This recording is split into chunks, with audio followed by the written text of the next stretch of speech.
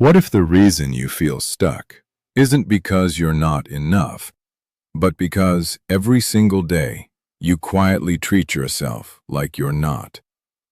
Not loudly, not dramatically, just in small, invisible ways. You ignore your own needs. You downplay your wins. You talk to yourself in a way you would never talk to someone you care about. And over time, that becomes your normal. Think about it.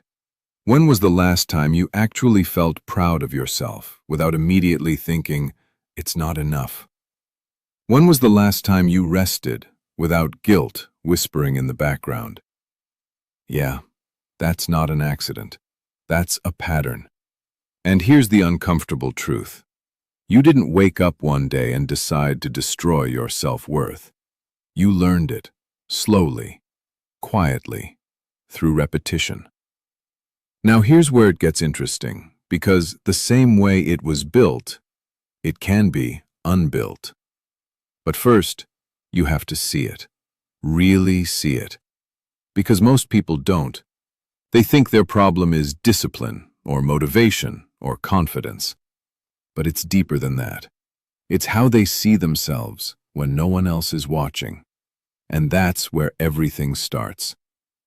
Let me ask you something. When you make a mistake, what's your first thought? Is it, it's okay, I'll figure it out? Or is it, of course I messed it up? Be honest. Because that split-second reaction, that's the voice you've been training for years. And it didn't come from nowhere. It came from moments where you felt judged, compared, not enough. Maybe it was subtle, a comment, a look, an expectation you couldn't meet. And instead of questioning it, you internalized it. You made it mean something about you. And now, that belief runs in the background, quiet, constant, controlling more than you realize. Now here's the part nobody tells you. You don't destroy your self-worth by failing. You destroy it by how you respond to yourself when you fail.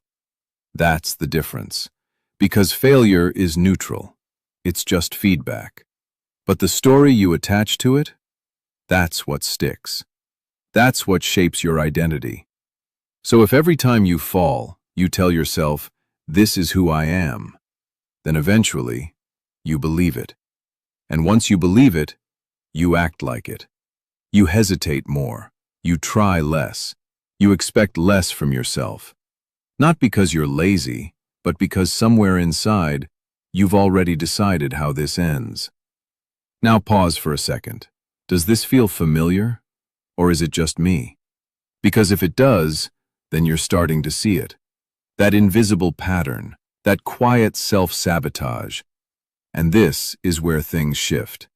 Because once you see it, you can't unsee it. Now here's where it gets real. You think you need more confidence. But confidence doesn't come from thinking better thoughts. It comes from building evidence. Small, consistent, repeated evidence that you can trust yourself. But if your default reaction is to doubt yourself, you never let that evidence stack. You cancel it out. You minimize it. You move the goalpost. Sound familiar? You achieve something and immediately think, yeah, but it was easy. Yeah, but anyone could do it. Yeah, but it doesn't count. And just like that, you erase your own progress. Not because it wasn't real, but because you didn't allow it to be. Now here's a question. Why do we do that? Why do we dismiss our own wins, but hold on to every failure like it's proof? Think about it, because the answer changes everything. But before we go there, you need to understand one thing. This isn't about becoming more positive. It's not about pretending everything is okay. It's about becoming honest, about how you've been treating yourself. Because right now, you're not just living your life, you're narrating it. Every moment, every action. There's a voice in your head, interpreting everything you do. And that voice? It's either building you or slowly breaking you down. There's no neutral. So the real question is, which one is it for you? Take a second. Don't overthink it. You already know. And this is where the shift begins. Not with a big decision, not with some dramatic change, but with awareness. Because once you realize you've been your own harshest critic, you start to question it. You start to pause. You start to ask, would I say this to someone I care about? And most of the time, the answer is no. So why is it okay to say it to yourself? That's the part most people never challenge. They accept their inner voice as truth. But it's not truth. It's conditioning. And conditioning can be changed. But only if you're willing to face it.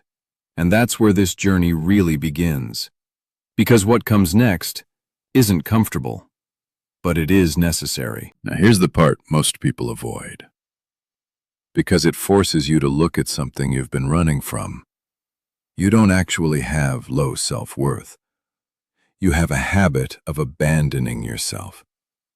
That's it. It's not who you are. It's what you keep doing. And once you see that, everything starts to make sense. Think about it. How many times have you said you'd do something for yourself and didn't? You'd start that routine. You'd set that boundary. You'd speak up. You'd take care of your health.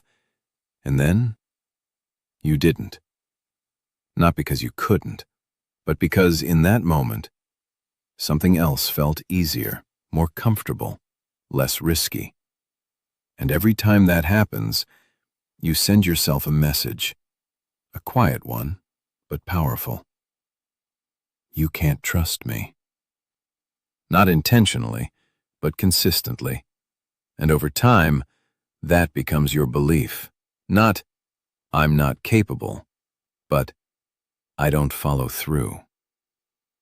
Now let that sink in, because that belief changes everything. It changes how you show up. It changes how you see opportunities. It changes how much you expect from yourself. Because why would you expect more if deep down you don't trust yourself to deliver? And that's where the real damage happens. Not in one big failure, but in hundreds of small broken promises to yourself. Now here's where it gets uncomfortable. Because you can't blame anyone else for this part. This is you, your patterns, your choices. And yeah, that's heavy, but it's also powerful. Because if you created the pattern, you can break it. Now wait till you hear this. Rebuilding self-worth has nothing to do with hype. It has everything to do with integrity. Not integrity with the world, integrity with yourself. Doing what you said you would do, even when no one is watching, especially then. Because that's where trust is built, quietly, internally. Now here's the shift. You stop setting huge goals. You stop trying to change everything overnight, because that's usually where you fail. And every failure like that reinforces the same belief. I can't stick to anything. Instead, you shrink the promise. Make it so small, it's almost impossible to fail. Not impressive, not exciting, just consistent. Because consistency is what rewires your identity, not intensity. Now let me ask you something. Which one are you right now? Someone who starts strong, or someone who finishes what they start? Be honest. Because most people live in the first category. They get motivated, they go all in, for a few days, maybe a week, and then life happens. Energy drops, focus fades, and they stop. Again. And every time that cycle repeats, their self-worth takes another hit. Not because they failed, but because they expected it. Now here's the part nobody tells you. Self-worth isn't built when you feel good. It's built when you don't feel like showing up, and you do it anyway. That's the moment. That's where the shift happens. Not dramatic, not visible, but powerful. Because in that moment, you prove something to yourself. I can rely on me. And that changes how you move. Now here's something most people won't admit.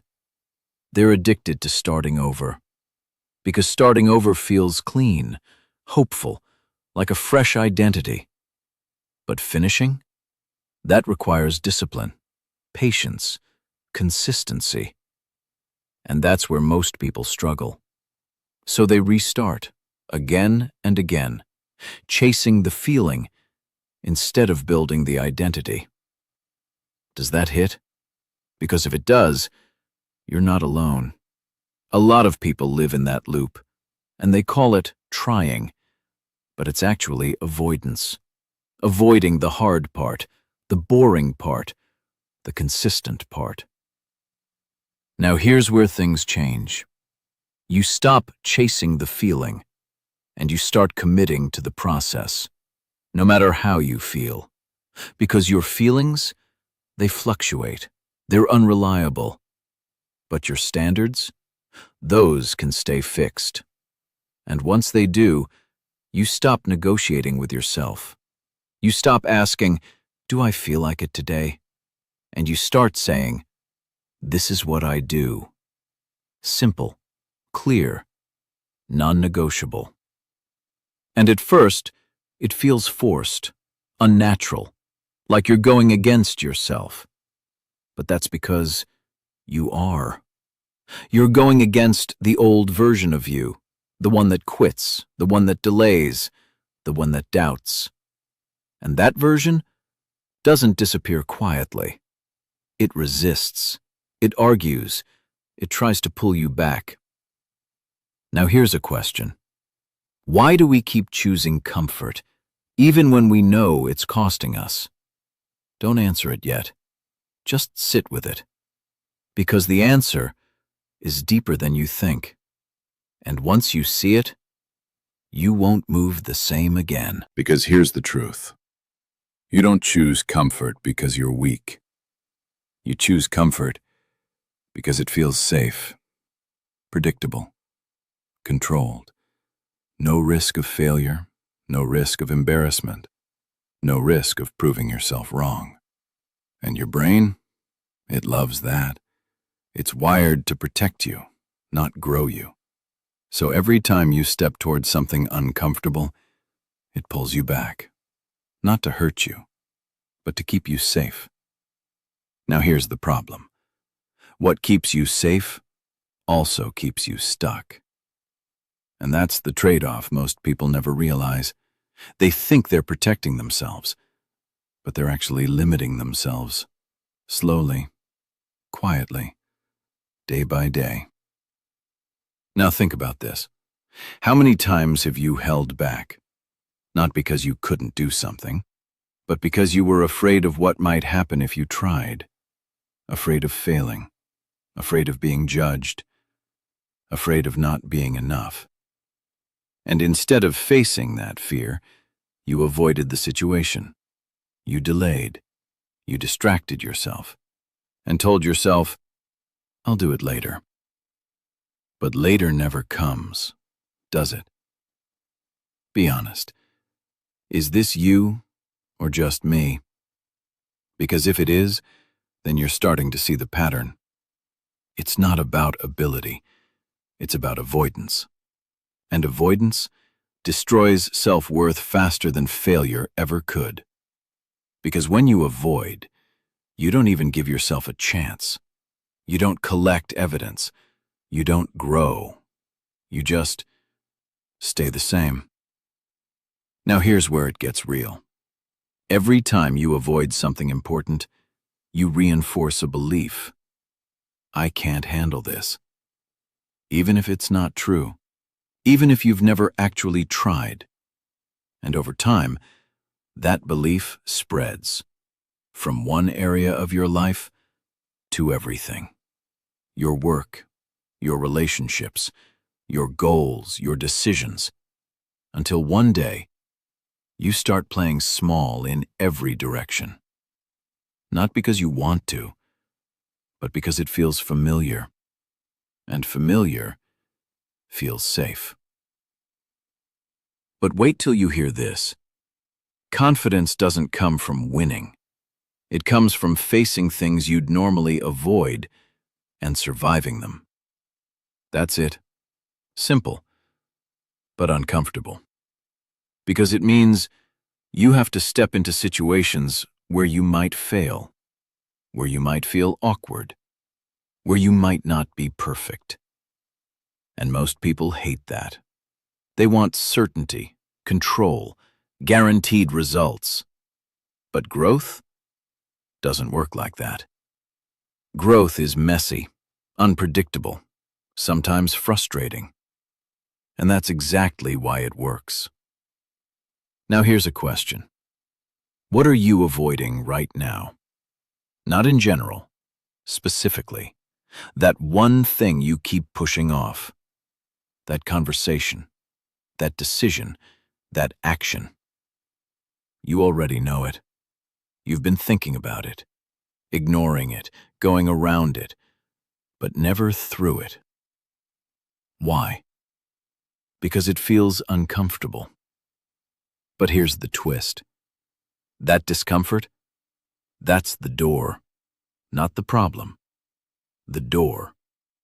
And on the other side of that door is evidence. Evidence that you can handle more than you think. Evidence that you're stronger than your fear. Evidence that you're not who you've been telling yourself you are. And that evidence? That's what builds self-worth. Not affirmations, not motivation, action. Now this is where everything shifts. You stop waiting to feel ready, and you start acting anyway. Not recklessly, but intentionally. You do the uncomfortable thing on purpose. Not to prove something to others, but to rebuild trust with yourself. And at first, it feels small, almost insignificant. But it's not. Because every time you act despite fear, you break the pattern.